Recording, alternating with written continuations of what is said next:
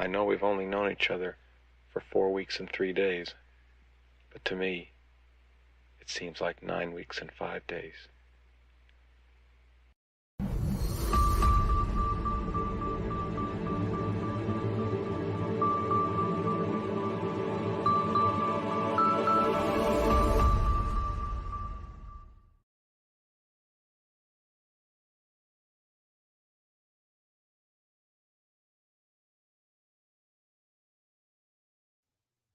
All right, all my passionate plant people and garden enthusiasts. Welcome to the Sunday edition of the Let's Get Growing show here on the Urban Gardener channel. I'm Enoch. I'm your host today. In just a few minutes here, we'll also have our co-host, Mark Boucher Colbert, joining with us live today, as today is the third Sunday of the month, and each third Sunday of the month, we do our gardening book club. And this week or this month, we've been featuring the book How to Become a Gardener from Ashlie Thomas, the Mocha Gardener. This book is just a really, really great book. We've been enjoying reading this book all month. We're going to really enjoy having a great conversation with Ashlie just a little bit later here in the show. So, thank you everybody for joining with us today. And if you are joining with us right now, definitely click that like button, hit the subscribe button, as well as hitting the bell notification so that you can be notified of all of our upcoming videos and live streams. All right, all right. And also a big, huge shout out to all of those of you who are watching our replay. It's really awesome to have all of you join with us when you can. It's great to be able to do the live stream and talk with everybody here live, but it's also awesome to have all of you join with us when you can. So definitely get into the comment section down below. Let me know you are here. Let me know if you got any suggestions or any questions or anything like that. I love to hear from all of you, even if you're just going to drop by and say hi. So definitely do that. And if you are joining with us here live on the show, definitely jump into the chat there and ask any questions you might have or leave any comments, join the discussion. And if you have any questions, we might just feature them on the show, but definitely put them in all bold letters, all capital letters there so that I can tell your questions from the conversation. And we'll try to get those featured here on the show, especially when we get our guests here on the show as well, too. Also, down below, we also have all of our links to our guests as well down there. So definitely go and check those out. Click on some of those links, go visit some of our guests, and let them know that you saw them here on the Let's Get Growing show. So, right on, we got lots and lots of things going on today. See here as well. We had a great show yesterday. If you didn't get a chance to join with us yesterday, you'll want to go back and check out yesterday's show. It was just such a really, really awesome conversation. I mean, we have awesome conversations every week, but this one was really great. We got to feature yesterday our um, Dr. Jeffrey Pierce, and Dr. Jeffrey Pierce um, was on or was at the National Heirloom Exposition just a few weeks ago, and I met him there. He did a talk about garden and lifestyle medicine, and it was such a wonderful talk. So it's so much awesome stuff in that talk that I was like, you know what, we got to have you on the show. We got to discuss all of this. And so we had him on the show yesterday, and it was just really fantastic. I mean, seriously, so much really good stuff in that conversation. So you'll definitely want to go back and check that out as well too. We had joining with us all the way from the UK. We had Yaz El Gabri from MCR Urban Gardener, the Manchester Urban Gardener, talking with us all about her gardening experience and how she got started gardening and growing by doing a cleanup project there in her city in the alleyways. And they cleaned up their alleyway and turned it into a really awesome community alleyway garden. And we talked all about that. That was just really fantastic. Everybody knows I grow in an alleyway here. And so I love alleyway gardeners. And it was really great to talk to one from the United Kingdom. So it was great to talk to her in that conversation. So you'll want to go back and check that out too on yesterday's show. Some really good conversations. If you didn't catch last week's shows though, too, last week was really great. We were talking all about growing giants. And we had back on the show our good friend Cindy Tobeck, who's a world record giant grower, world record giant master gardener. She came on the show and talked with us all about growing and her season and growing her big giants and all of that.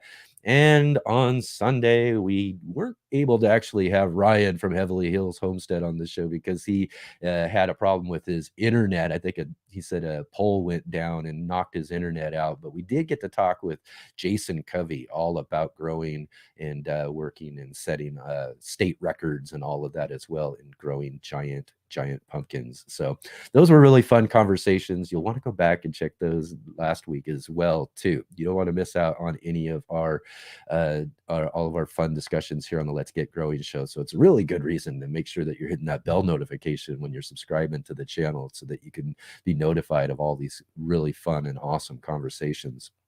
We are talking about a couple of weeks from now. We have our special Halloween Hangout live stream. We're going to be hanging out as we do each and every Halloween. For like the last 5 or 6 years, we've been hanging out and watching this original classic Little Shop of Horrors.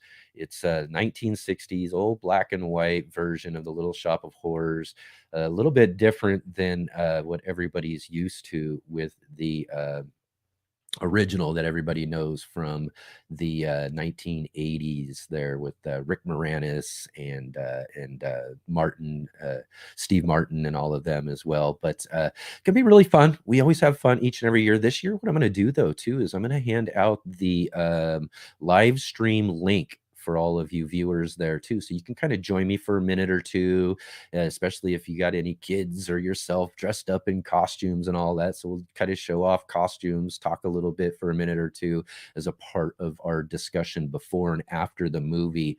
And then we'll also watch after the movie's over in the discussion, we'll watch a theatrical version, which is just a little bit more like the movie version that everybody's really familiar with. So definitely come and join with us for that. It will be so much fun, and it'll be really great to have all of you along with us for that. So definitely come and join then. And yeah, lots and lots going on here. We've got a lot growing on for our show. And yeah, so let's get moving along today. Let's bring in, let me get right here too, so we can bring in and have our discussion in the garden with our good friend, Mark Brochet Colbert.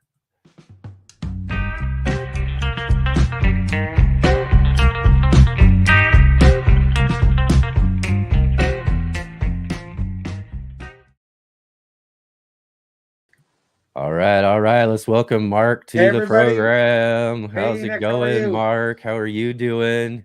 Oh, I'm riding very high this week because I am on the road. I'm in Detroit, Michigan, and I am just witnessing a city that is committing itself to urban ag. So I'm getting inspired here. I took a little trip out of Portland and find myself in a really inspiring place. Yeah, that's really great. I was watching and follow along with some of the things you've been posting on social media about getting out there and checking out all the different things that they got growing on in Detroit. In fact, I got a little clip. Let's play that little clip here real quick. Okay, yeah. Hey guys, I am in Detroit, Michigan, and truly earning its title as the moniker, the capital of urban agriculture. This is Core something neighborhood. I'll have to check with my niece. Something Core, and it's not far from downtown. Huge amount of just empty lots and open space where there were homes, and just being occupied by really incredible, productive little farm systems like this. I mean, just tightly planted over there. Let's see if I can zoom in on some of the production. There's some new crops. There's stuff in the middle. I'm assuming these things can probably move and hop over so that maybe the beds in the middle were covered earlier on, and they got some other stuff under cover. They've got greens under kind of a mesh cover, insect cover over here. This is just spectacular, and this is happening in this whole neighborhood. We've been seeing so many plastic hoop houses, like, you know, there's something over there. Let's walk a little bit more over here. There's a whole like production and packing facility over here. It's just made out of containers. It is really cool. A cool like little roof system. Let's just have a look here for a second. Yeah, there you go. Isn't that amazing? Look at that full scale, full on urban farm system. Pretty boss. Pretty boss indeed, Mark. I mean, it's just like crazy. That was actually, the neighborhood was Core City. I found that out after, but Core City. Just a short drive from where my niece is. My niece lives in Detroit and has for 6 years. So she was taking us around some of these neighborhoods, and it's just astonishing. A guy we talked with today said that Detroit is a 39 square mile city, big, huge expanse. Yeah. And at its peak, I think like about 6 million people lived here, and now some 600,000 do. So, lost a tenfold decrease in population, and a third of its land became vacant. So literally, it's a really just a mind-bending reality in terms of walking through neighborhoods, and just instead of seeing houses and fences and lots of kind of boundaries, there's just so much open space, like big, huge open lots, almost like parks, except they're not parks. There's just nothing on them. There was a school, there was a factory, there was a series of houses, but they're gone. I mean, they've been destroyed, they've been taken down, they've been burned down, whatever the case may be. So, but then there's this tremendous opportunity. Social groups and neighbors and stuff are just able to, almost, as I understand it, some of them are just even as squatters because there's been no interest in these lots. Property owners haven't done anything with them for decades. So some people are just moving on to these lots and starting this cultivation, and or maybe buying extra lots, buying a couple lots together and creating an urban farm. I don't know what all the actual arrangements are, but it's just sprouting up everywhere in every form. The place that I showed you in the video was more formal. They really looked like some investment in, really thought through systems, and the stuff they seemed to be growing looked like salad mixes for restaurants. So that was probably more of a production oriented system. And then there's just a lot of places that are more oriented toward resilience and sustainability for whoever's living it there. It looks like rainwater capture, perennial crops, maybe some fruit trees, just the kind of stuff you'd see on an urban homestead. But you're literally like, you just were in a little city neighborhood, and then you just jump into this rural like reality. So it's really jarring and mind bending, and I still can't wrap my whole head around it. Yeah. I mean, if if you were just to look at that clip really without you describing that you're right there, right from downtown, right in the city, you wouldn't think that was the city. You would almost think that was the countryside right there too. Oh, yeah. With the way things are and so open. And I've also, read a lot of different stories as well too about, Detroit's rebuilding and doing that, and how much urban agriculture and community gardening and that sort of stuff is a part of it. As I said, I've seen lots of really cool pictures of different community gardens. Probably one of the biggest ones I've ever seen was one out of Detroit there too. So, I mean, it really is kind of a part of a focus as they are working towards rebuilding some of these neighborhoods. Well, one thing that I got to return just to focus on this, because this trip I did some fishing with my brother and hung out with my niece and did a lot of different things. But kind of one of the burning questions I have is, will this agricultural development bring kind of rising property values? And we saw some of these open neighborhoods starting to start home construction starting. So Yeah. there's definitely companies moving in, and the economy is reviving to the point now that there's interest in building new homes. We definitely saw that happening. So, sometimes the um, efforts of community organizers to rebuild and to create these new forms and to create this urban agriculture kind of stuff, it can act uh, in a counterintuitive way, and then it sort of brings the developers in, and then property values wind up going up, and then farming gets priced out. So Yeah. I really want to understand more about the structure of how this is progressing. And, it'd be really fascinating to talk with some community leaders in this movement to see how are there safeguards being put into place such that this stuff will stay and will be a permanent part of the city infrastructure and development. Because, really, to me, Yeah. this represents a great model for cities.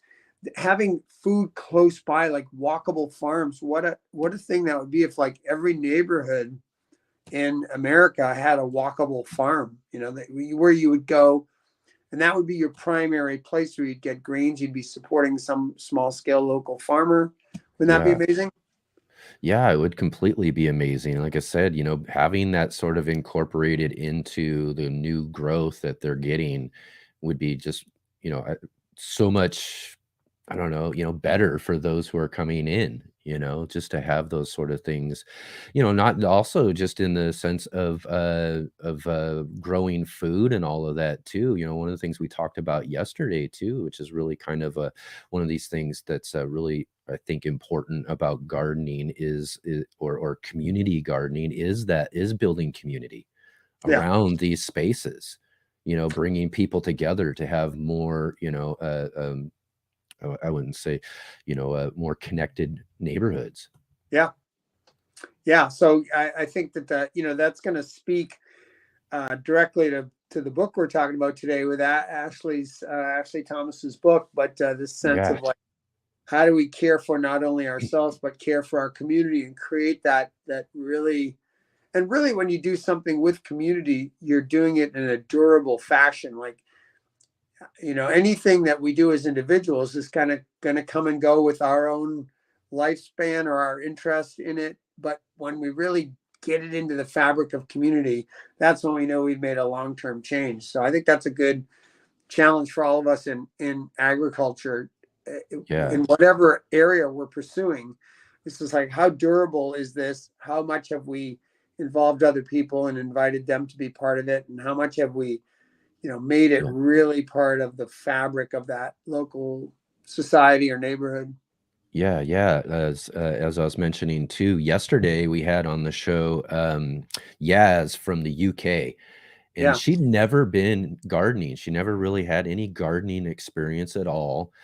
Just a few people in her community there in Manchester, UK, um, got together to clean up their alleyway. These, Yeah. they have the most of each block has these nice alleyways and all that. Well, I'd say nice, but there was really a lot of garbage and things, just it wasn't a welcoming space. But she got together with them to clean it all up, and they all set up different uh, uh, containers, raised bed, Mm. raised bed type situations and all of that, and started setting up a garden there.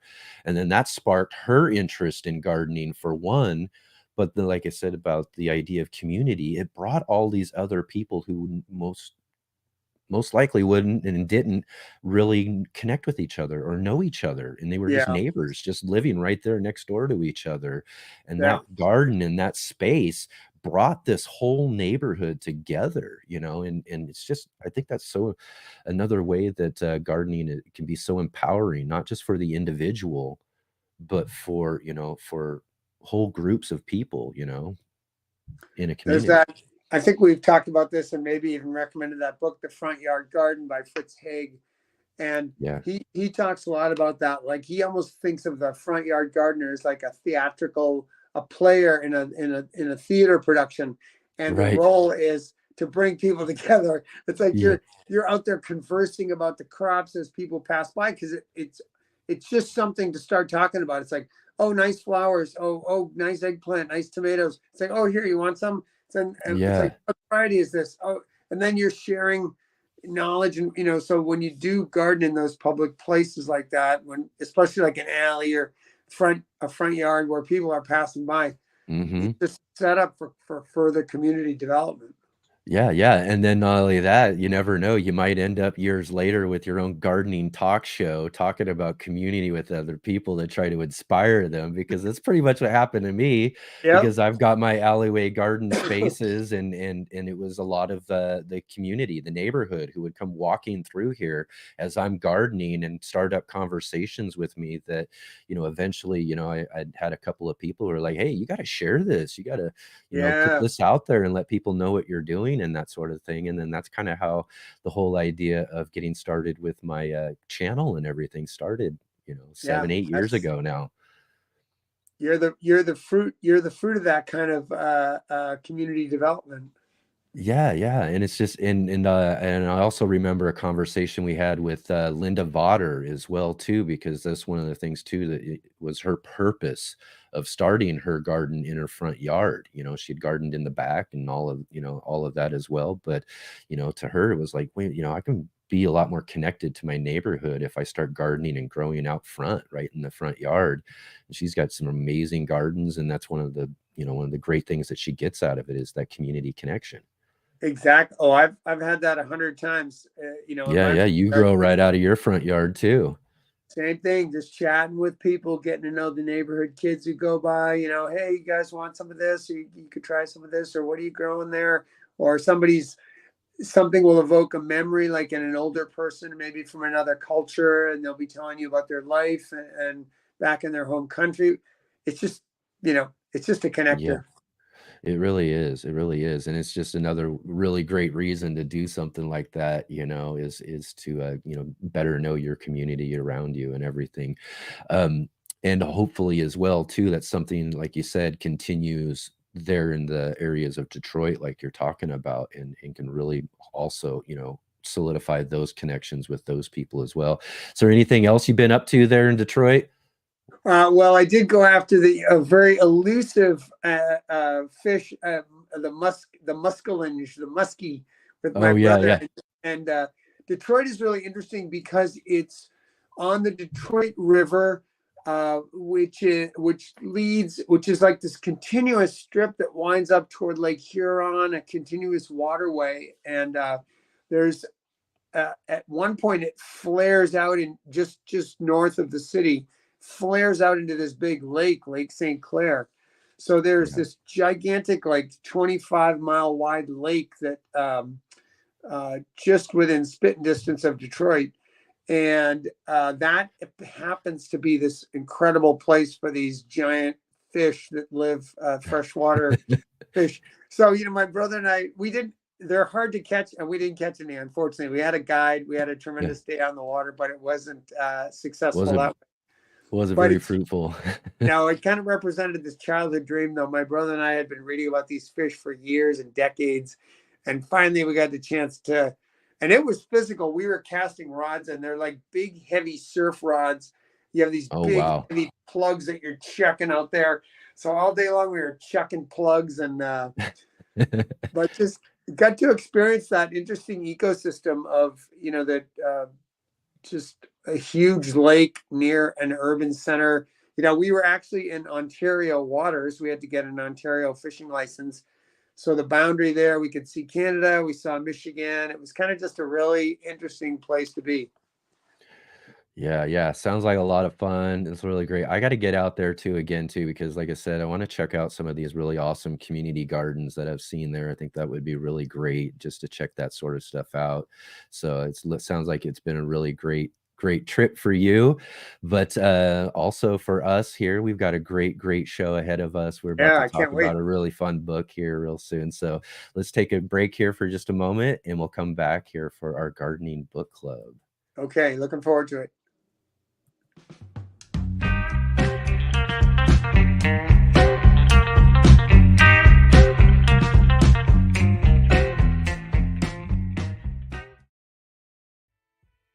Hey gardeners, thanks for tuning in to our show today. We'll be right back at it here in just a moment.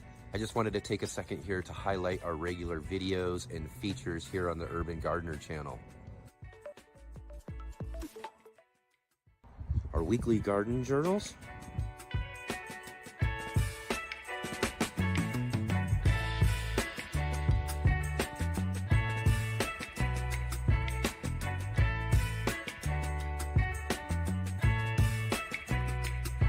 and our incredible featured visits.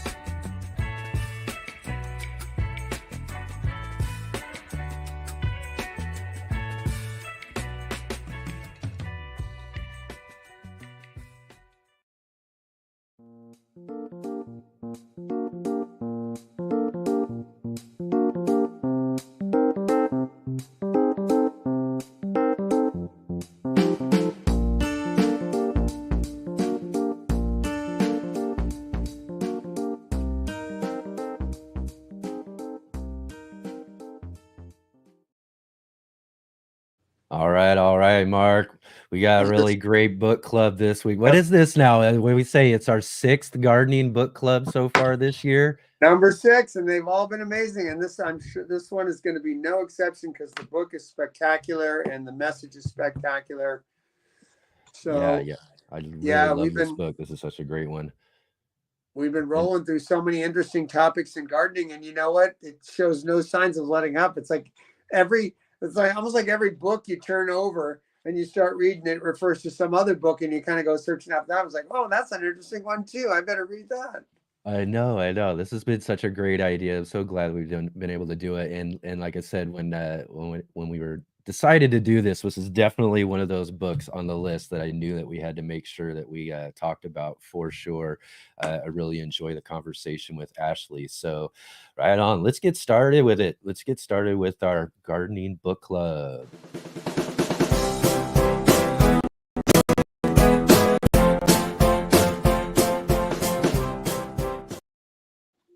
All right. Let's welcome to the show Ashlie Thomas, Hey, Ashlie. Mocha Gardener. Hello. Author of How to Become a Gardener. Awesome book for first-time gardeners or just any gardener in general. This is a great way to get your gardening experience started. It's with this book. Thanks again, Ashlie, for joining with us here on the Let's Get Growing show. Excellent. Thank you so much for inviting me back. I'm excited. You guys had a pretty awesome discussion going on before I hopped on. Yeah. Mark's over in Detroit right now. With you involved now. Let's go. Yeah, let's do this. Right on. So, like I said, this is when I found this book this last year as we were getting started for doing the show and everything. I definitely had you on my list to get you on the show. So you've been on now a couple of times, and we've kind of touched on the book just a little bit. But today is going to be really awesome because we can just really dig into a lot of these great topics and these great things that you talk about here in the book. So, definitely. Looking forward to that. And again, too, maybe we'll just give you a moment there to maybe talk about the book yourself, and maybe even just introduce yourself to many of those out there who might have not seen any of your previous interviews here on the show. Yes, thank you so much. Well, first of all, thank y'all for having me back on the show. I look forward to just talking about all things gardening. And, I've said this previously, but I did not grow up a gardener. I just kind of made my way into this lifestyle that was based upon, wanting a healthier life. I've always been a nature person. I started out as a biologist and then went into nutrition. But gardening is just such a natural segue from, nature into wellness because that's where our food grows from. I will say, my background, like I said, is in the sciences. Did a lot of research, but that's the boring stuff. The fun stuff is I started gardening many years ago, but really we built our garden, and by we, I mean my husband and I built our garden in Graham, North Carolina. And we, a lot of folks say, you want to start small. I did to some degree, but we scaled fast and we scaled big. So when we built our homestead, in Graham, that's when we really took it seriously.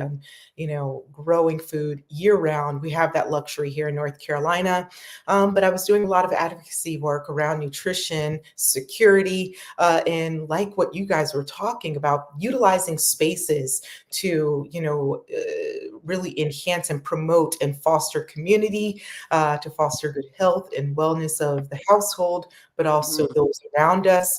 And even more, this environment that continuously blesses us, even though we do not always return that blessing back to Mother Nature. So I think that's a bit about me.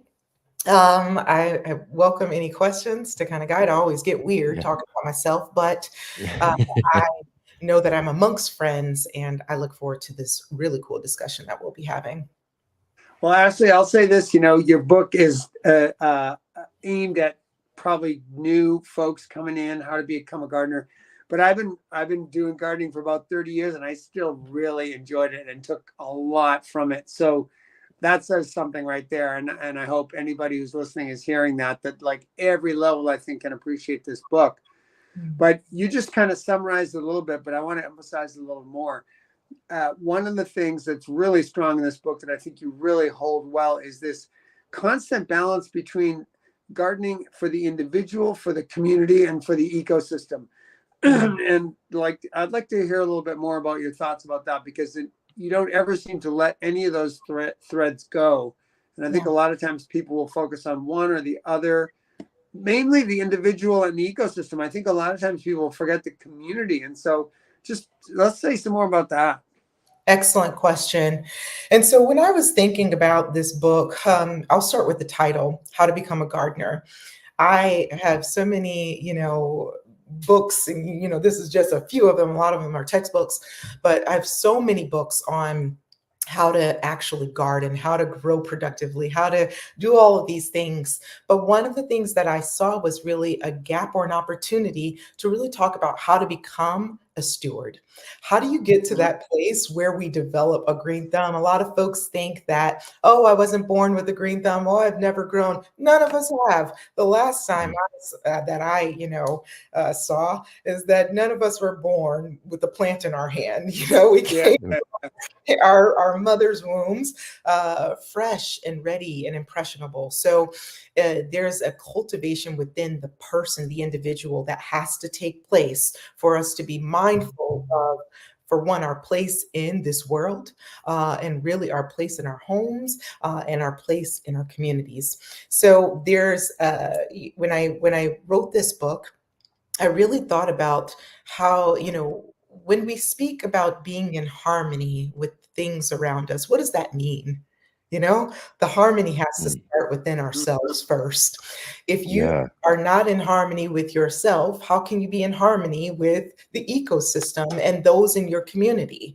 So I really wanted to focus on how to become more of a steward, so that we can not only steward the things around us, but also allow the things around us and the people around us to steward us in return. To me, that is the essence of a gardener, and that is how we begin to cultivate gardens, starting in our own backyard, but in our own cities, whether that be in Burlington, North Carolina, or Detroit, Michigan.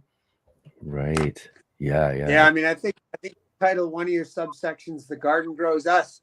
So it's like, it's not just the human agency. It's like, it's coming right back. And it's like, so you just get it coming both ways eventually, right? That's right. It's cyclical, right? Just like the plants. When we put down seeds and we have to nurture those seeds into plants, and then we prepare to harvest, it gives to us, but we're at the same time giving in return. And so I talked about that community, because when we think about sustainability, how can you truly sustain if you're focused on just self? We can't. And so I wanted to, really highlight and emphasize all of the things that we might not be aware of, and some of the more macro things that we are aware of, but all of those things have a purpose, and they all have a purpose on this earth, and they all have a purpose in the journey of being a gardener. Yeah. That's really great. That's so awesome.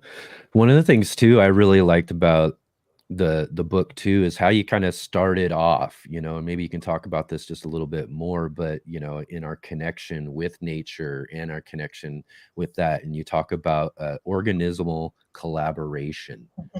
You want to Yeah. talk about that a little bit? Yeah, I think I was really tapped into my bio nerd when writing Yeah, that chapter. I was like, yeah, I'm exactly. just gonna go all the way.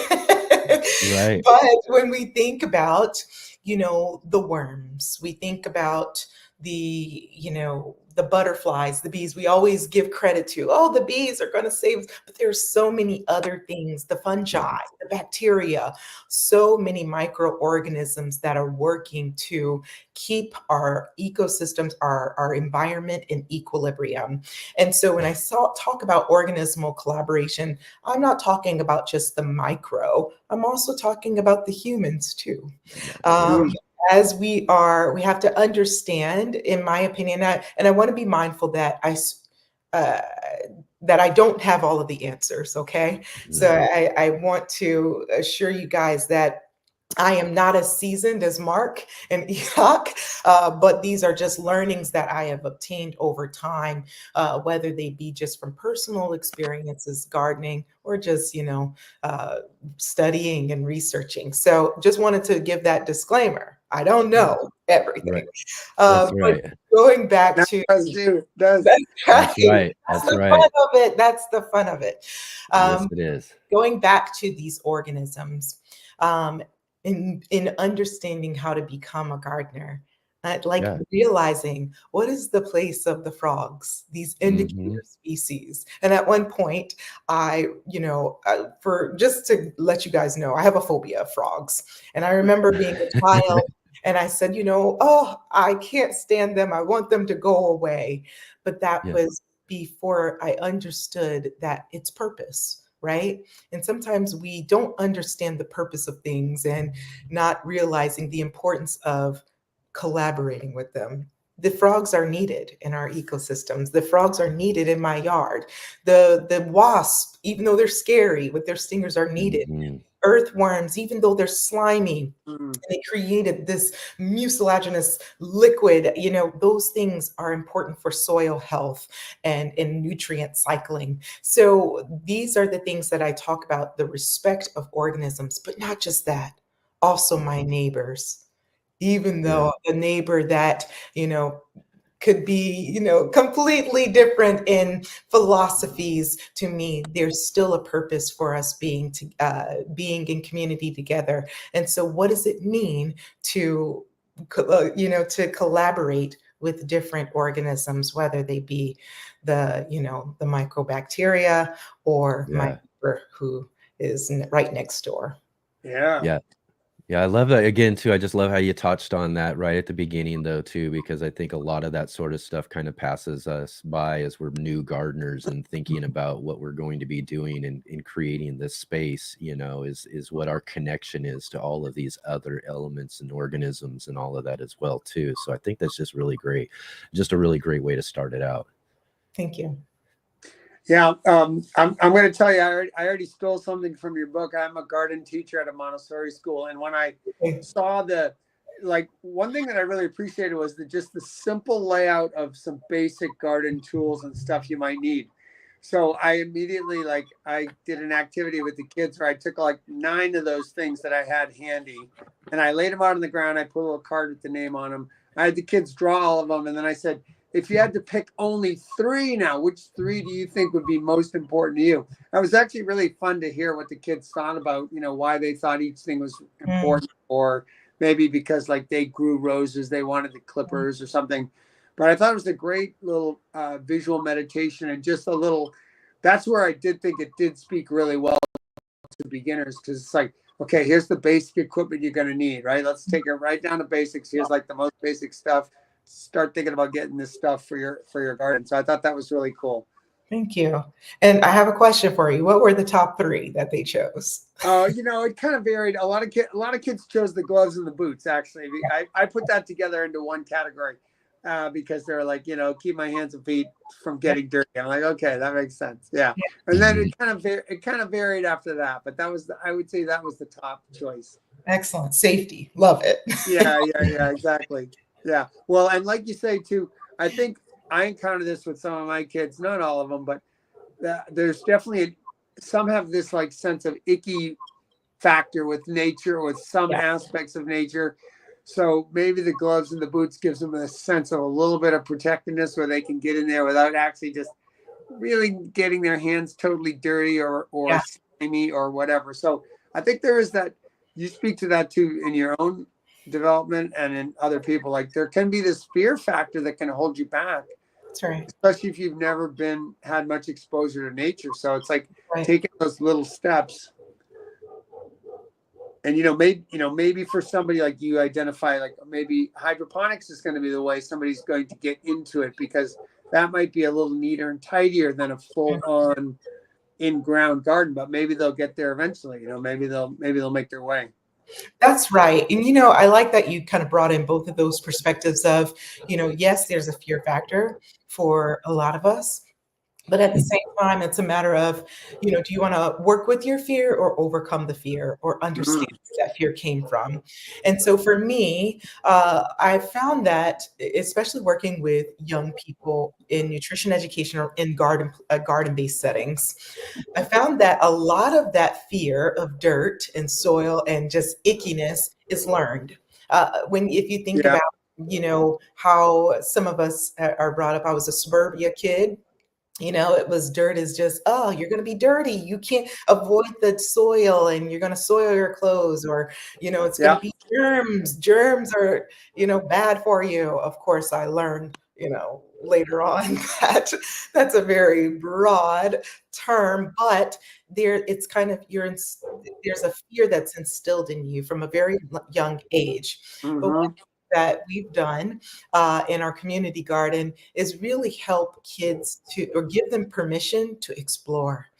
And I think as a gardener, part of that becoming is giving yourself permission to explore, giving yourself permission to say, hey, I'm not going to get this right from the beginning, or better yet, this is going to be something completely new to me, but let me try it. And something, that exploration opens your mind to not just the world, but also your ability to be more impactful and to be a steward in the world.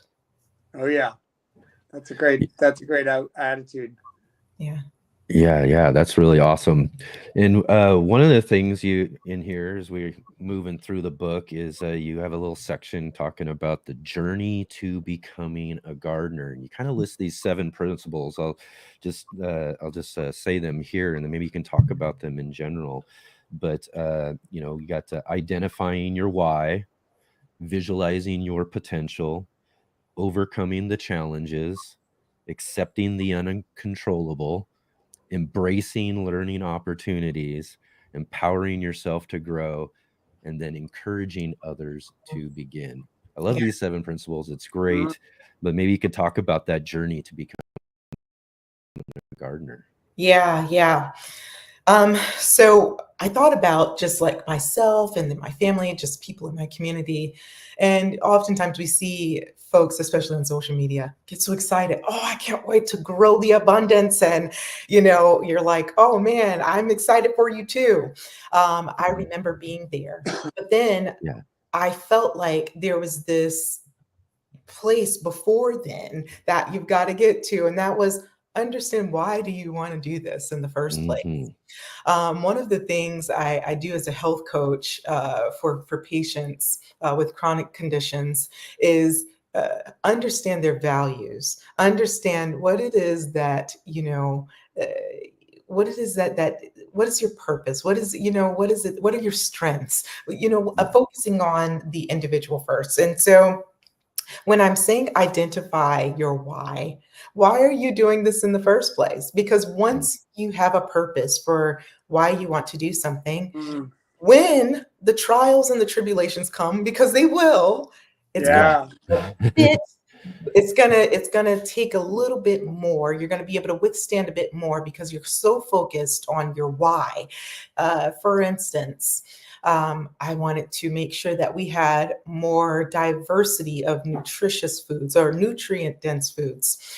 So we were growing, year round. I wanted to make sure that we were supplementing the foods that we had in our house with more in a wider variety. However, the squash vine borers that come in the summer, starting in the spring, the Japanese beetles, which cut away at your leaves in this really icky situation if you're sensitive. These things, the pests, the natural things that happen in the garden, those things are going to happen. But it was me realizing, I've got to do this. This is something I truly want to do that really solidified my resolve to keep going. And so as you understand your why, it sets up a steady foundation for you to continue forward. And then there's this aspect of kind of learning the lessons.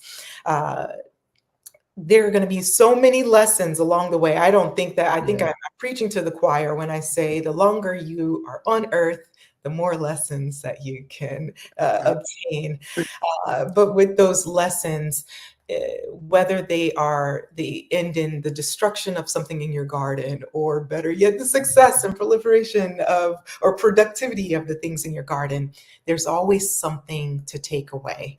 And those takeaways, those lessons, not only will help you in your development and growth as a gardener, but also just as a human. It helps with our understanding, right, of just things. How could I know about the squash vine borers and the Japanese beetles if I didn't encounter them? Right. Because of that why, I'm going to learn how to make sure that they don't tear up my garden every year from henceforth. But then as you're taking those lessons, there's a term that I define in the book, Sankofa. You got to reach back and bring people forward with you. That's something that is very important in my family, is, making sure that you're passing down that knowledge so that others can learn from you and come where you are, or better yet, there's a give and take. So that's the community aspect, right? It's no fun to keep the knowledge all to yourself and in your brain. You got to share the harvest with others, That's right. Yeah. Grow and share. I love it. A generosity of spirit, right? Gardening engenders that in us. That's right. That's right. Well, one of the things I really found impactful and moving about your book is there's a little bit of a life and death portion to it. And here's how I sort of read that, in terms of the food empowerment, the well-being, the food security that comes out of some of your stories, like when you were living in South Carolina, and you really detail how little good food is available. And obviously we might have all heard the concept of food desert, but it's probably different when you're living in one, and you're really feeling what it's like to have those limited choices. And then, you brought to my mind for the first time the word food swamp, which I was like, oh my God, that's a whole other level of it, where we're surrounded by non-nutritious food. And this all has impacts on our health, and certain communities have been hit really hard. So why don't you talk a little bit about that? Because that to me gave some urgency to the whole project that was really powerful. Yes. So I'm glad you called it that, said urgency, because it's so easy to, make the entire book around food sovereignty, but it has to be empowering. It has to, encourage people to move. It's like a call to action. In chapter 2, I really spoke about concepts around food security or nutrition security.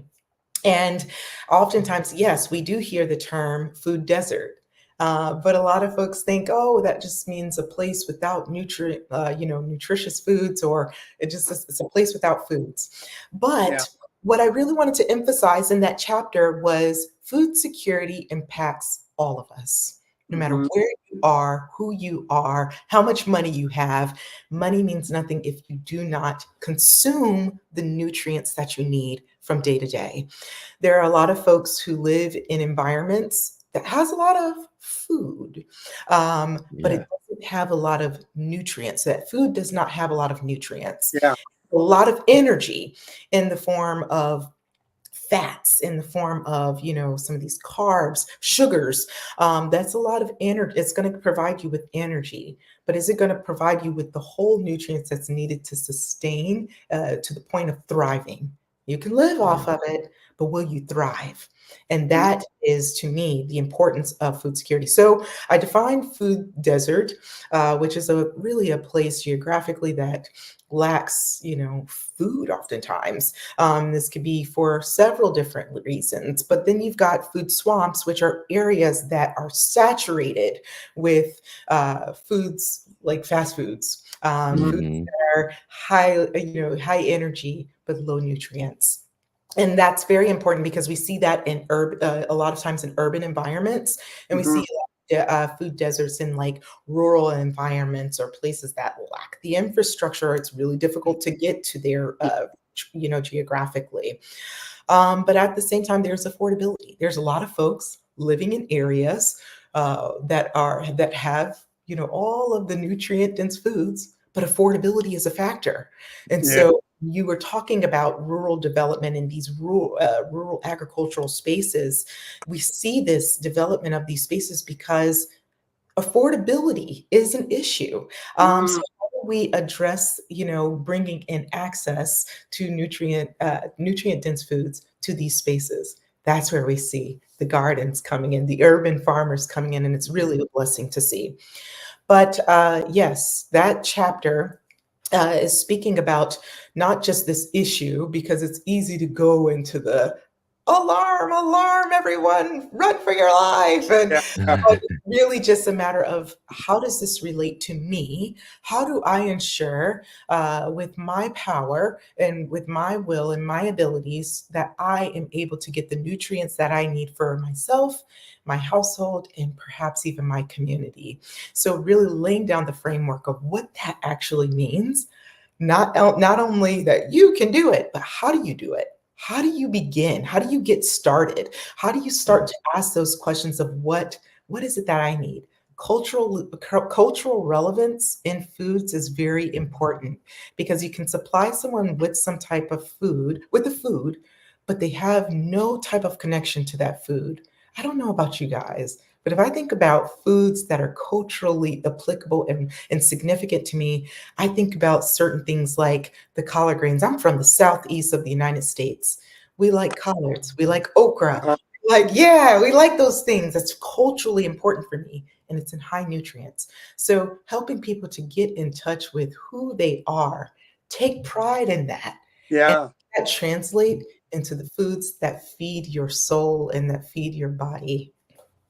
Yeah. Well, in a lot of ways, that the kind of culturally important foods can also be thought of as foods that define regions, because as we go toward this global marketplace, we're all getting washed out in anything we want anytime. And that doesn't really make for these, it doesn't make for seasonality. It doesn't make for regionality. So as we kind of reclaim some of these food traditions, we actually sort of like set up the possibility to become more interesting to each other, little bit more diverse and different in a good way. Like, you do this because you can do that in your area, and that's cool. And you start to develop your traditions around that. And I can do this because it's possible in my area. And so I develop a food culture that starts to be based on that. And to me, that's much more the world that I want to live in. It's like, I don't want to live in this globalized, homogenized world where everything is the same all over. It's terrible. That's right.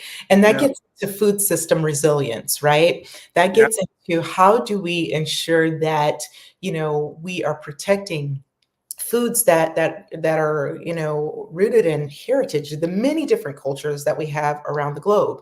We don't have to have everything, we don't have to lose sight of that, but we can, reclaim some of these things. And I believe that is where the opportunity lies for the home gardener, is to be able to bring that back into the soil, but also into our minds.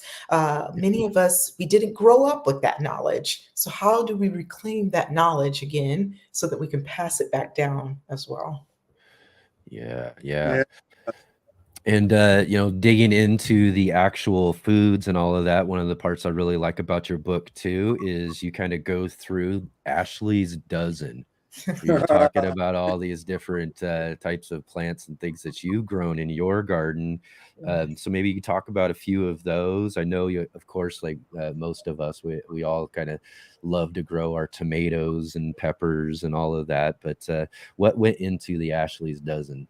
Yeah, so I'm glad you asked that, Enoch, because there was a little bit of intentionality behind what to grow. I had to think Yeah. about things that typically do well in a broader hardiness zone, or no matter what type of climate you have. And you can typically, grow these things through hydroponics or even aquaponics. And at the same time, you can utilize a greenhouse. But I wanted to set people up to succeed. So Yeah. I'm not going to suggest something that's a bit complicated, but something, items that, a lot of folks know about or have some familiarity with, but things that grow very well and that Yeah. grow prolifically, and that it's not just a one-time harvest, but it's kind of the gift that keeps on giving. So really trying to set folks up to try things that can have rewards, because you Yeah. have to have some wins when you get started with gardening. Yeah. And honestly, even when you're a seasoned gardener, you still That's want to have right. some wins, Set right? yourself up for success. That's right. You still want to have some wins. So those, the list that I highlighted, the cucumbers. Of course, we talked about tomatoes. Tomatoes are used in many different countries, many different cultures, and different types of tomatoes. There are many different varieties that you can explore, and many of the vegetables or plants that I recommended have a lot of different varieties that you can try. I think Yeah. I highlighted kale. A lot of folks say, "Oh my goodness, I hate curly kale. It has no taste, no flavor." And I'm like, "Oh my goodness, but have you tried purple moon? Have you tried red Russian? Especially during the colder months when it's got a sweetness to it. The flesh is a Mhm. bit less fibrous than, the curly one." So it's incredible to see people's minds open when they can explore something that could potentially work for them. Yeah, Yeah, that's yeah, yeah. And one of the things I'll also mention too, because you start out with tomatoes, of course, this is one of the things I hear about so often and everything is that, people's favorite in the garden is usually the tomatoes. Again, probably mostly because of variety and all of that. But you do also mention later on in the book that you grew up despising tomatoes. yeah, true enough. Hey, you got my secret. Yes, I really shared a lot of secrets Yeah, in the exactly. book because I feel like it's important. I Yeah. think a lot of folks think that when you become a gardener, you're one with the plants, and it's Hmm. no, not true. We Exactly. have our dislikes. I actually need to, if I could update the book and say I don't like arugula, I would say that too. Um, Right. but yes, when I was younger, and even now, I'm very particular about the types of tomatoes that I eat, but I could Right. not eat tomatoes at all. Yeah. It was flavorless. It was something about the texture. I just Mm, could not do it.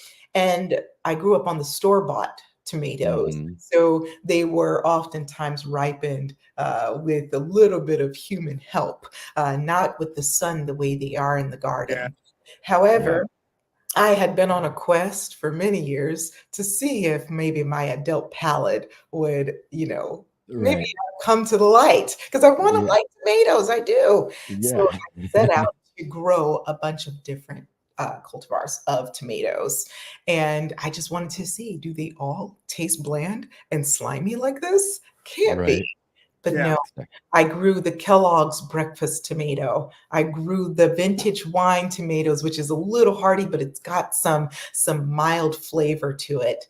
I also Yeah. tried the cherry, the sun gold tomatoes, which are Mm. sweeter, tiny, Mhm. make for a really great salsa. And when I grew these tomatoes in my garden, I was really seeing if I could, you know, diversify my palette and try new things. And Yeah.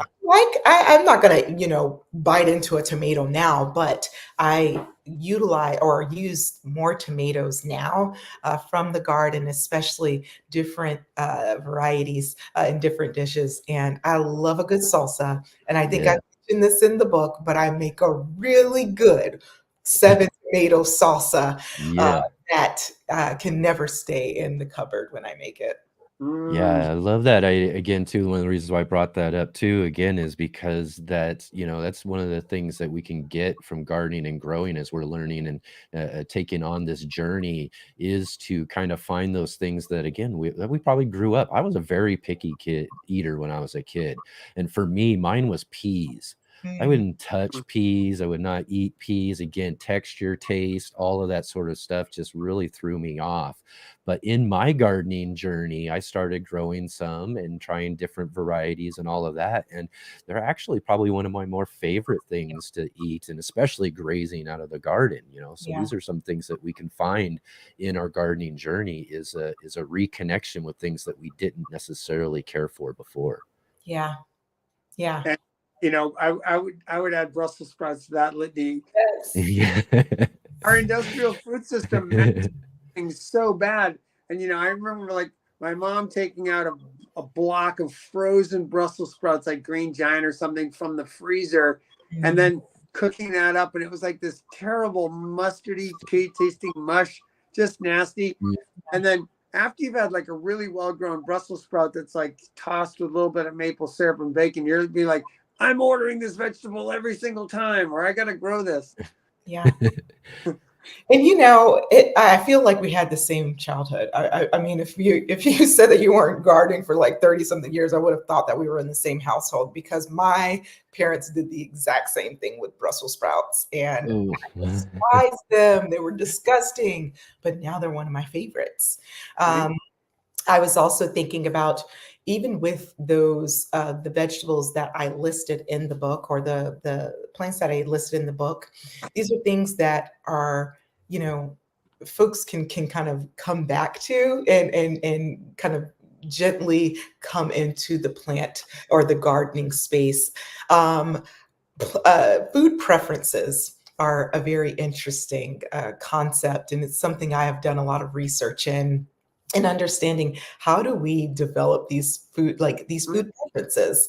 And so with gardening, it's incredible how, when we are growing food, especially, how our minds and our mouths just want to try it. We're more inclined to try new things when we grow it and we understand how it came to be, especially if we put so much effort into this and into cultivating them. I don't know about you guys, but also as a gardener, I found myself wanting to try to eat the whole plant.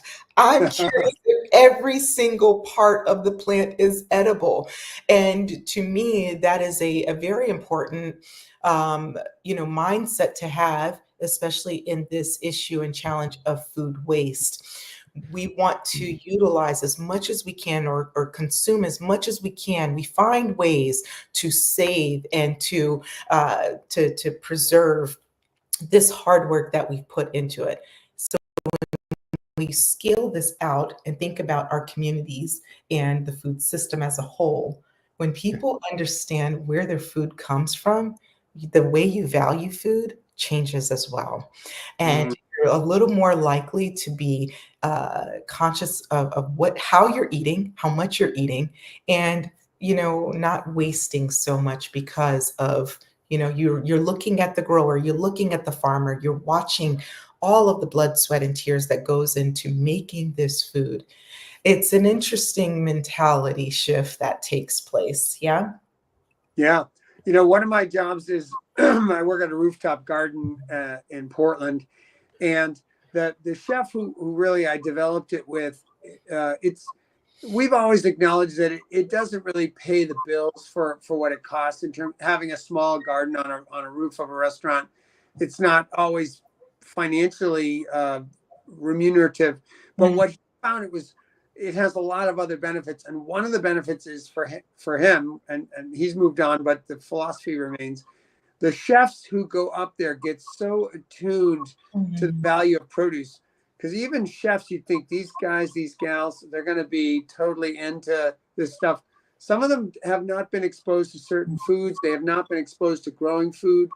And for him, the driving motivation to maintain this garden was, I want my chefs to be sensitive to the food, to appreciate how it's grown, to respect it, to waste less. All that stuff was part of the growing process for these chefs. So I think it's the same for a home gardener. I totally agree. That's right. That's right. Yeah, it's really amazing. You know, I'm going to follow up with something, because one of the pieces I found interesting in your book is bringing in these other voices, these other gardeners that, you know, you networked with or whoever, who all had some interesting stories. And this guy, Brian Trong, I don't know if that's how you pronounce it. I really resonated with what he had to say, because one of the things he mentioned is, and you mentioned it in other points in your book, as gardeners, we get to tap into a vast food system that isn't even available in the markets.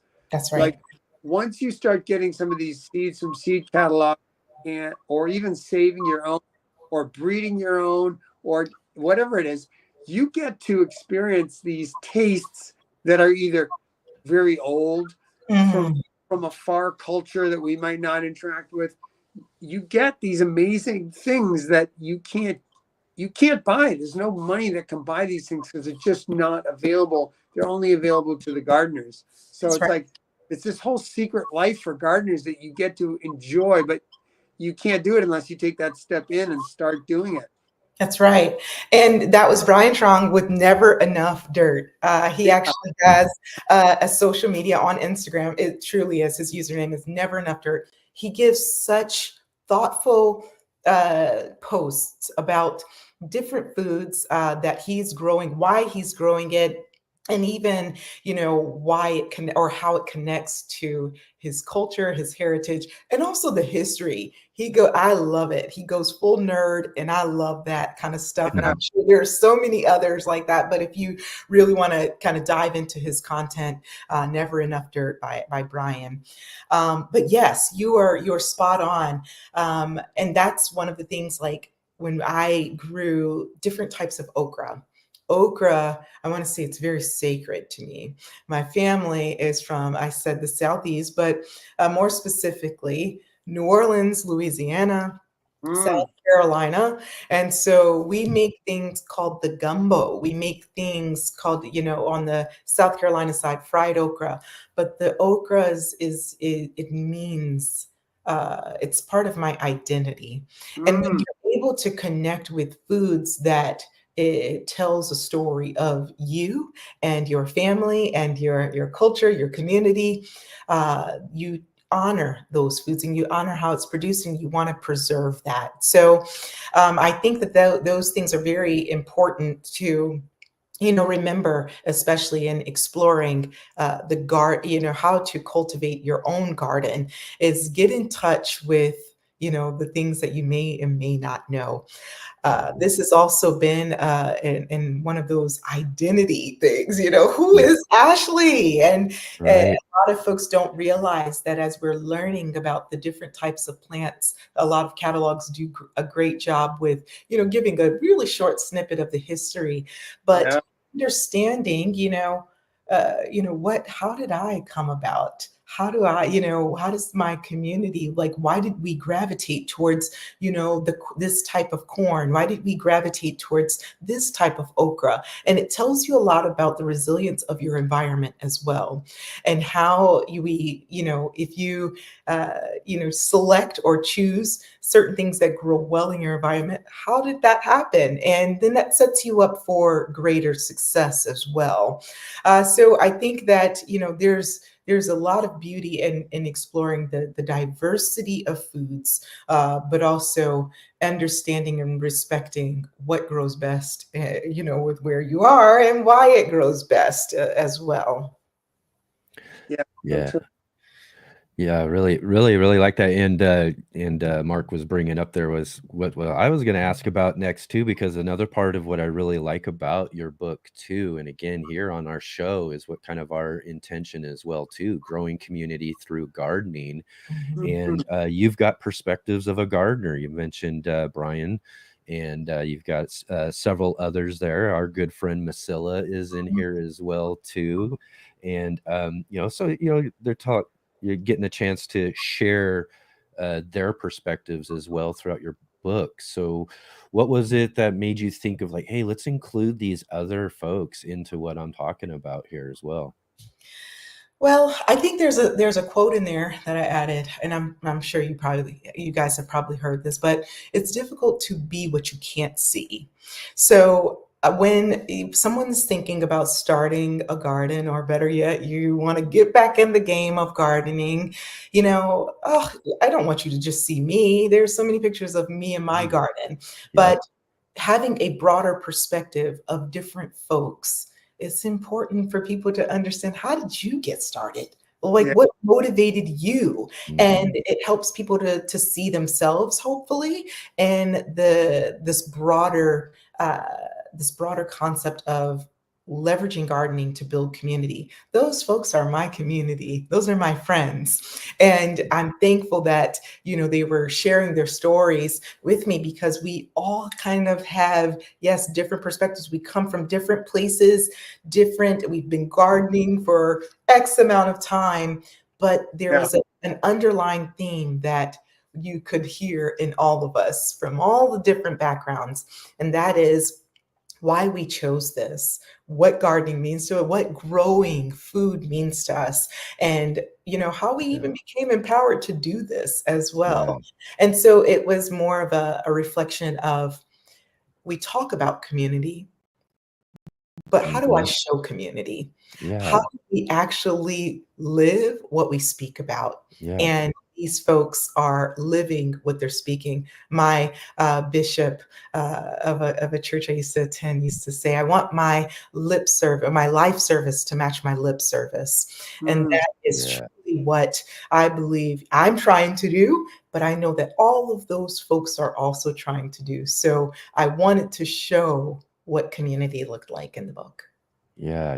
And I like that, again, too, it's very similar to the purpose of what I've done with my channel and all of that too. Like you said, I can show videos of my garden all the time and just kind of take you along that journey and everything, but including others, and to give those other perspectives is just so, I think, is really important, and to be able to share our space with each other, to be able to learn about and to gain some of these other perspectives, I think is a really important thing, again, in growing community. And the gardening community is just one of the greatest there is on the face of the planet. So, what better place to be doing it, right?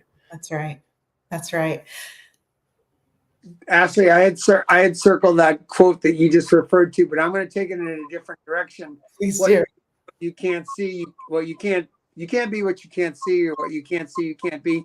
And you talked about that word visualize in the garden journey.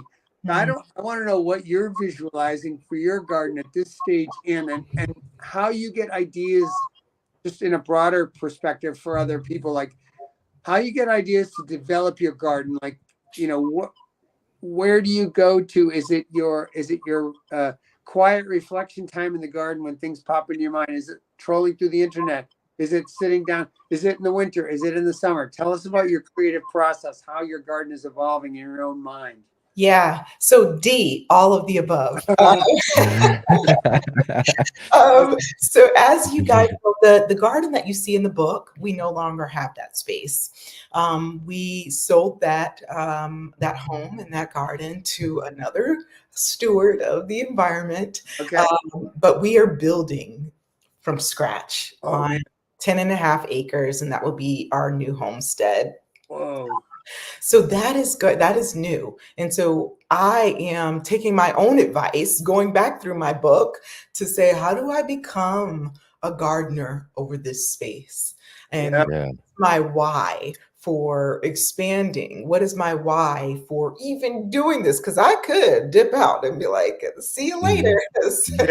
or but what is my why? So this, I want to emphasize that though I showed the arrow of just kind of like this pipeline of everything in, it should have been really a circle. Yeah. It's iterative, and you start back over in many different places, and it's just not linear. So I am understanding, why am I doing this? But what does it look like for me to look at this blank canvas and to start to build this garden? I'm tapping into my friends, into my own garden space, thinking about what did I do well and what could I have changed about that previous space? What did I learn, about how we built that.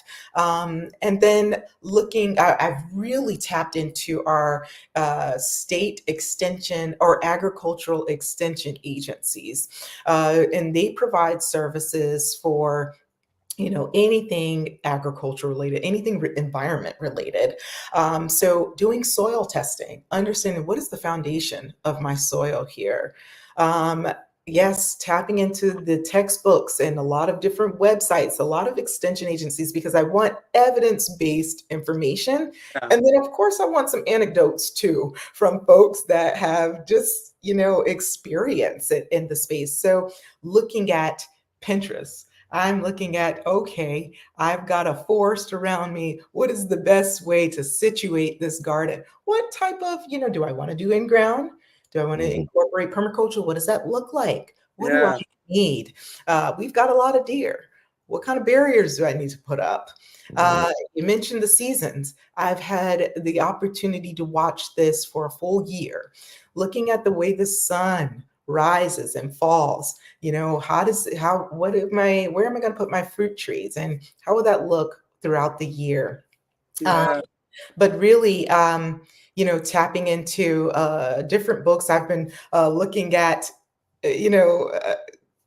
just soil remediation books, because a lot of times with that type of property, we know the history has been untouched for decades, but what happened before then? What type of, what is the history of this space? So really looking into, some of the tapping into the resources from state agencies, but also I have my Indigenous friends and their families were there for centuries. And so I've been talking with them, looking at, hey, what grew best in this area here? And why did you guys grow it? And how do we begin to honor this land? So there's a little bit of practice, science, there's some the spirituality aspect, there's the getting in the headspace that what you're about to embark on, Ashlie, it's going to take some blood, sweat, and tears. Are you ready for that? Of course I am. Otherwise, you wouldn't have gotten it. But those are the things that I'm looking at and really trying to, picture what this space could look like as we build it and how we want to build it. Pinterest has been my friend. Instagram has been my friend, but also tapping into, utilizing some of my skill sets and creating spreadsheets. And I love a good Excel spreadsheet. So I've been creating those things a lot as we build out this space. Yeah, I love it. It's just so much. Sorry, go ahead, Mark. I just said it sounds really exciting. That sounds like a great place to be in. Thank you. Yeah. And again, too, similar. I was going to say similar to kind of. I've got not just spreadsheets, but little maps and different things and all of that. I get really nerded out when it comes to what I'm doing in my space from season to season and everything. But it sounds like you've got a lot going on there too with this new space and everything that really I'm hoping that you're really taking some good notes and working on your second book. I had been thinking about that after I finished my first one and I did a thesis, my thesis work research. I said, I feel something inside. I don't know what that something is, but I feel like there is a story there that is really encompassing over the sacrifice of getting to know a space, and cultivating a space. And then what does it look like when you are entering into communities? You guys had a really incredible discussion. For anyone that wasn't listening, you guys were talking about, some of the work that's going on in Detroit. And I really, some of the research that I've been doing, I've been thinking about how do we show up in communities? And especially in public health, which I'm kind of focused in now. What does nutrition look like in community spaces? And I'm trying to mimic that on our own new homestead. But there's a deeper level of understanding and respect that has to take place in order for us to really, help people to get the nutrition that they need, and for us to see communities be well. So I don't know what that looks like. It might not ever come about, and it might just stay as an Instagram post or a YouTube video.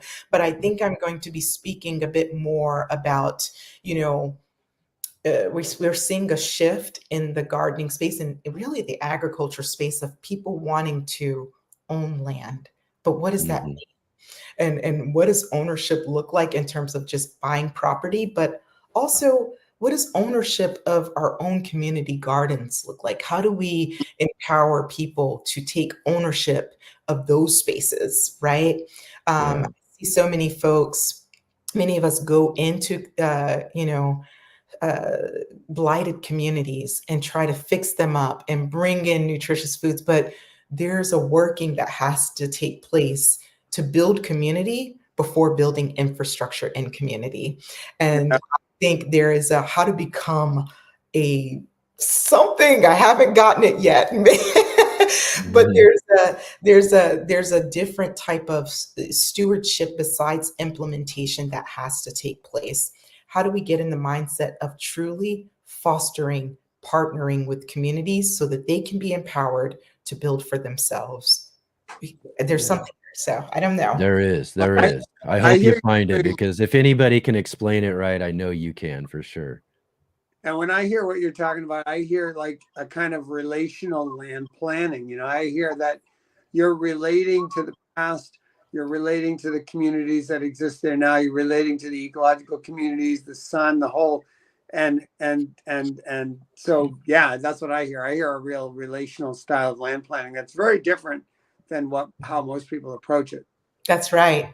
And, there's the history to that. It's really just, now more than ever, we've seen this need to stand together and to build community to support. We came out of a really tough public health issue, the pandemic, and so many of us were looking for that community. How do we begin to build community? How do we strengthen that? And then, of course, we bring in food, and the garden serves as a really good place to do that. Yeah, absolutely. Enoch, you look like you might be fishing for a quote. Usually you read a little passage. Are you going to do that? I mean, we've done this 6 times now. You are already reading my mind. You've got me figured out. Totally on you. I know what's going on. Yes, actually, I am about to do a little reading here. In fact, I was, throughout the book, it's just so full of like really awesome stuff. But, the part just right up front, again, is just really what I found to be really great. And this part in, I guess, the very first chapter, A Garden Defined, you speak to, now I'm sure that I'm not alone when I say that as a garden grows, so does the gardener. Like the plants in the garden, there are many aspects of our physical, mental, and spiritual selves that begin to sprout and mature or transform. I can certainly attest to this transformation, whether it was intentional or not. I am deeply appreciative for it. Tyler and I built this garden with the intention of serving as a meditative space that mentally and physically feeds us and those around us. To be fair, there have been many times when we have wanted to throw in the towel due to the learning curve, time conflicts, and simply frustration. But that is where the journey lies, in overcoming all these things and pressing forward toward the goal of food sovereignty. To this day, we have not been disappointed with the fruits of our labor, nor will you be, as you embark upon your own journey towards becoming a gardener. Pretty good. Anything more you want to add to that at all? I know you wrote it, but yeah, it's it's interesting and it's so relevant for me to hear that now, especially as we're doing this from scratch all over again. And so one of the things that, it's easy for me to say, hey, you guys, I wrote these words, read these words, but it's more of a, hey, you guys, I wrote these words, I'm living these words every day. And I hope that, anyone that reads it or even takes the time to purchase the book or procure the book and read through the book, I hope that those words bless you and add some type of value to you. But even more than that, I hope that you're able to use my book as a launch pad for your own efforts, whether it starts in your household or it goes into the community.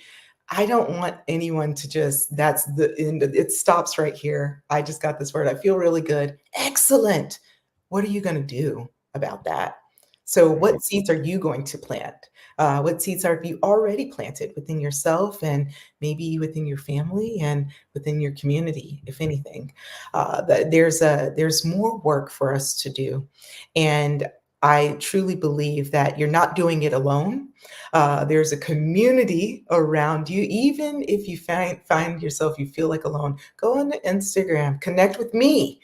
So write a message in my DM and I can get you connected to more community, or consider me your friend already, a gardening friend. But we're very welcoming. We're a very welcoming community. We're a very nurturing and compassionate community. I truly believe that. And so I hope that, folks, continue to read the book, but even more, engage in dialogue with me. If you have any questions or comments or feedback, or maybe you're like, hey, I don't agree with that. Excellent. Let's talk. Let's talk. This is what conversation is about. And so I'm very thankful that you guys talked with me about that. And I'm so excited to share with you guys the learnings of how to become a steward of this new place that we're building, because you guys will be able to watch it from, this was completely raw and developed for us. So you'll be able to watch us build this from ground zero and all of the thoughts that go into this. I'm living these words, guys. I'm living these words. Exactly. That's quite an adventure. It'll be fun to accompany you on that. Thank you. I said to Enoch, and this has proven true, like all of the other books that we've done 5 other books, 5 other great authors so far. I've got them all on a little shelf sort of in a row. And I've been going back to each one of them. And your book is going to be no exception. And I have found, an old college professor said this once, the best reading is rereading. And I was rereading some of your book, like the message really got deeper. So I would encourage anybody who's got your book, it's not a one-time through, just keep going with it. Just let it really sink in, because some of the value stuff is just, it really needs to marinate in your spirit for a while. You're going to get other, and this conversation has been a wonderful opening up of other themes too, to actually get to speak with you. But I think your words are really true. You're right on, and that this is a lived wisdom here, and it's going to keep opening up some new insights for folks. So I hope they read it and reread it. Thank you. Yeah. Yeah. So let's, one of the final chapters, you talk about lessons learned. So let's finish up with that. What are some lessons learned throughout this whole process, not just of, your gardening experience, but then also, putting that to words? You're a great author, you're a great writer, and you really do really well at that. So what are some lessons learned throughout the whole process of this book here? So I speak about a quote of my grandfather saying, when the going gets tough, you got to keep on keeping on. He's a Southern man, deep country man. I love him so much. You've seen a picture in there. But that is a big, it's such a simple quote, but it means so much, because what does it mean to keep on keeping on? I think about even writing the book, and I think in the midst of that, I was going through quite a few things with the health of my own father. Grad school and all of these things. And I was like, oh my gosh, I ran out of things to think, to say. And all I could think about was keep on keeping on.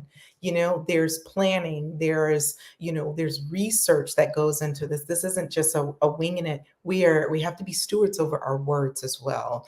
And I wanted to make sure that what I put out into the world was in fertile ground. It was good seeds in fertile ground, and so I wanted to put that intentionality there. But there's also this understanding of, don't be so hard on yourself, or love yourself, respect yourself as you respect the garden. We're really good at doing that, extending love and compassion to others. But when we wake up and we look in the mirror, we don't extend that to ourselves, that gentleness. So oftentimes when we're pruning a plant and caring for it, we affirm it of its purpose, and we say, oh, you're going to be great. I can't wait for you. All of these things. We are like a plant too. And we have to say those same things to ourselves. Oh, I see you. You're going to be great. Oh, you're wonderful. All of these things, affirming yourself, because there's a garden within us. And so we can't neglect that garden within us. We cannot expect to be productive and be good stewards of the community if it doesn't start within us first. So that work is going to be cyclical, because there are going to be times where everything is not positive, but that's where we got to keep on keeping on. That's where we've got to keep pressing towards the mark, keep, trying, taking all of those lessons that we've learned along the way, whether they are, trying, or whether they are just successful, taking those lessons and letting that propel us forward. So if I had to tell anyone something, it would be, care for yourself, especially during this season. This is a season where a lot of folks are really, trying to take care of their mental health. Remember, you are a garden, and you are a precious garden as well. You are valuable, you have purpose, and your life is meaningful, just like the honeybees, just like the earthworms that till the soil. You are an important organism, and I pray that everyone is able to cultivate the gardens that they want inside and around them. But at the same time, be open to be cultivated too. Be open for other gardeners to sow into you and to be stewards of you. So it's a give and take. Wow. That's beautiful. Right on. You got anything else there, Mark? Oh, well, I think hopefully anybody listening to this, either on the live or the broadcast, just felt very cultivated. I hope you got that feeling of being cultivated. So, Ashlie, thank you so much for this time. It's such a wonderful opportunity to converse person to person with you. Thank you. Thank you guys so much. Thank you for inviting me again. Thank you to my publishers, Quarto. Thank you to all of my friends who contributed knowledge to the book. And thank you to all of you who stay tuned watching me talk about these things. And thank you to all of my friends just really around the world that continue to edify me as well, and my family and my friends. Yeah. Just awesome. And again, too, I was telling Marcus that you're going to just really enjoy this conversation, for one. I mean, we've had you on already a couple of times to talk about, all these different aspects of gardening and things and stuff. And I just really enjoy the conversation every single time. So, everybody out there too knows we'll definitely have to have you back again too, to talk more about all of this and much, much more as well too. So again, thank you so much for taking your time today to be with us. Thank you. Thank you very much. Thank you. You got it. All right. We'll catch you all in just one more moment.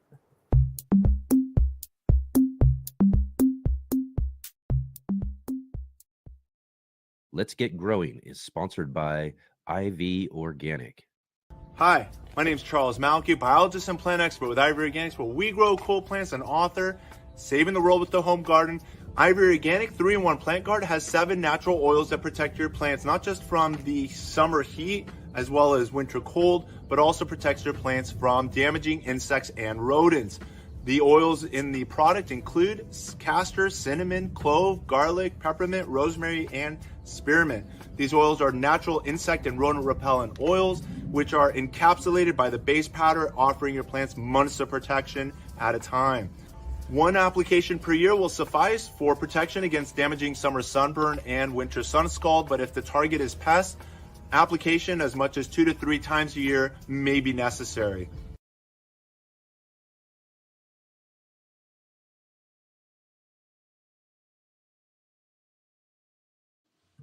Right on, Mark. Again, too, there we go. Number 6 in the books. And again, too, like I said, just another great conversation with another just amazing author and another just really amazing book. Again, How to Become a Gardener. Ashlie Thomas. You got to get a copy of this book if you haven't already. Again, if you're a new gardener, seasoned gardener, it doesn't matter. This book is just full of some just great stuff, and you won't want to miss out on that. Enoch, I'm not going to lie. I had to dry my eyes there during the break because I was getting a little touched by just the sense of, like, I think Ashlie helped us to get to the real deeper meanings why we garden, why we do this work. So it's like that sense of community and that sense of the future and a kind of more sustainable earth. It's like, that's why we're here. Yeah, it is really. And again, too, I feel you there too. It's making those connections like we need to, whether again, too, it's with these organisms or if it's, with other people in our community. And as you really touched on there at the end too, with ourselves. Yeah, totally. That was beautiful. Yeah, just great. Again, too, everybody, get a copy of How to Become a Gardener. And again, Totally. such a great conversation with Ashlie Thomas today. And I hope that everybody out there has just been really enjoying these book clubs, because I know we have. This has just been just a great experience as we, keep moving through, further and further. We got more coming up here. We'll talk about in just a moment our next book and all of that. But yeah, again, thank you everybody for joining with us today. Yeah, thank you, and hope you enjoyed that conversation. I mean, the commitment to ongoing learning is just so rich, I got to tell you, and that's why I value these book groups, because I get so much out of it, and just the sense of, like, I'm hungry for the next one. Let's keep going. Let's go. Let's do this. I know. This last 10 years, how come we're just starting now? I know, exactly. So many books. Again, too, this is one thing that was really kind of, something about thinking about and doing this book club was, there are just a ton of really great books out there written by so many great authors and all of that too. And I think so far we have just been hitting it big with those authors that we've been really lucky to be able to have here on our show. Yeah, and I got to hand it to you, Enoch. Your ability to reach out and get them on the show makes the world of difference. Because, I said, why haven't we been doing this? Of course, we've been reading books. I mean, we've been gardening and stuff, but it's just a whole other thing when you can interact with the author, and it just creates this whole other level of appreciation, and you go deeper. You read the book, but then you go deeper because you get the conversation.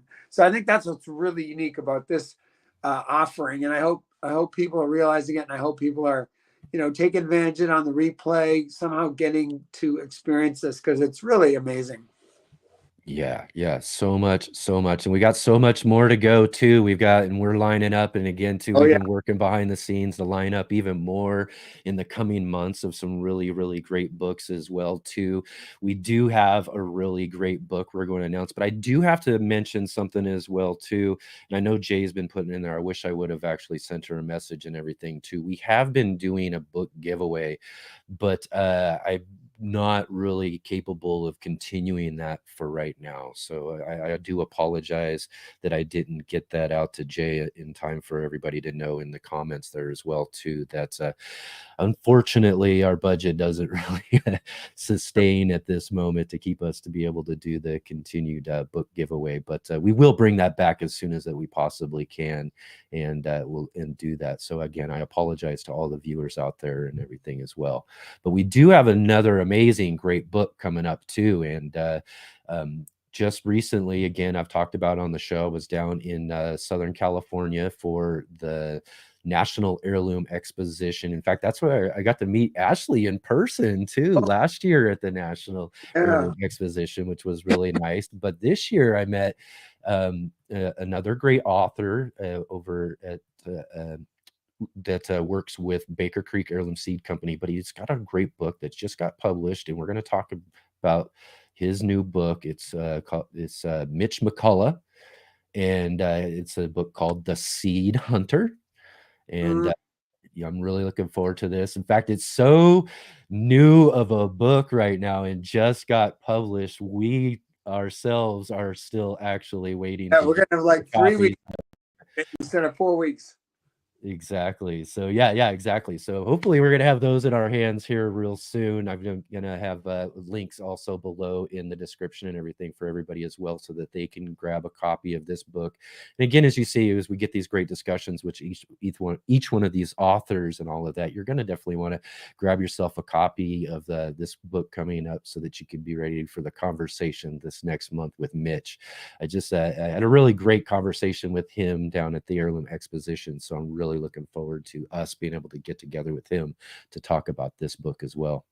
Yeah, and I think hopefully all the viewers and anybody who's taken this in later on knows that while it'd certainly be rich for you to read the book ahead of time, you by no means have to do that. I mean, I think each Yes. of these experiences has been just a total standalone conversation as well. And maybe it'll prompt you to read the book after, and that's fine too. The order doesn't matter. You know, we'll do the reading before, so we have the questions ready, but you can just join us for the conversation.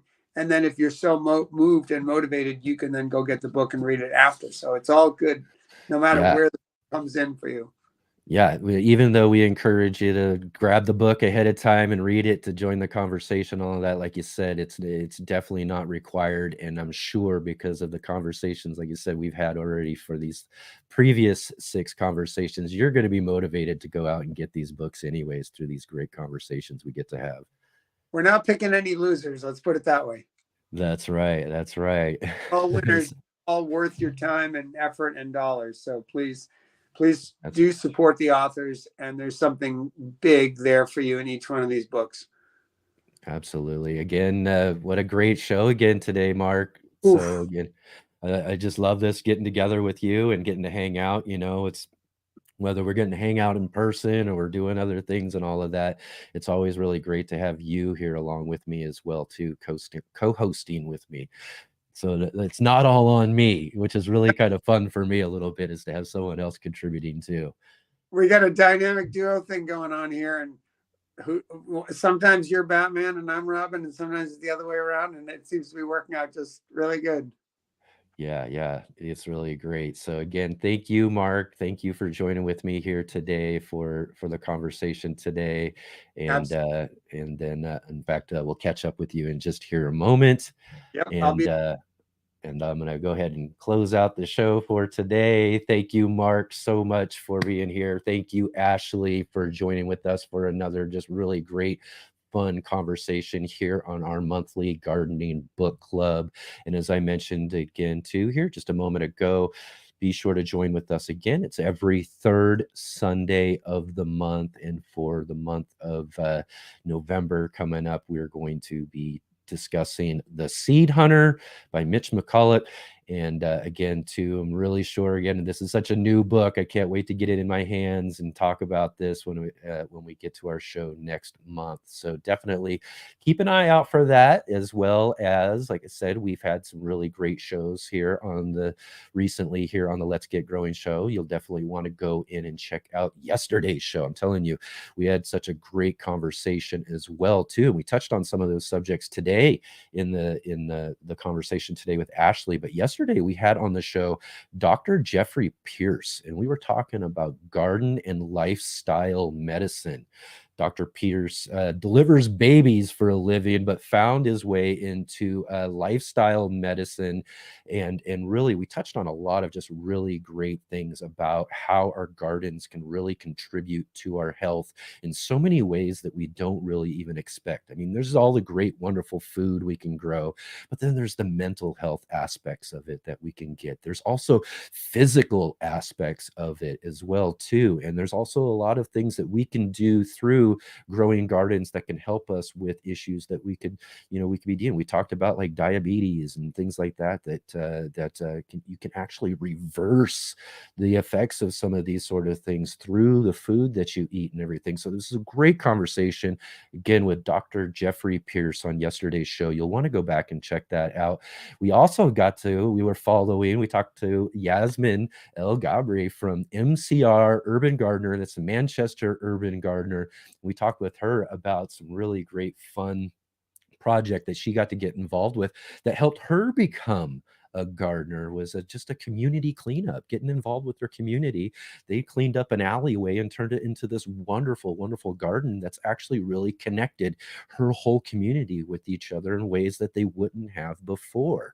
So, I mean, this another, like I said, really, really great conversation yesterday. Throughout the show with both of our guests. So you'll want to go back and check that out, as well as it's coming up here real soon. And we do this each and every year here on the Urban Gardener Show, the last 4, 5, 6 years even maybe.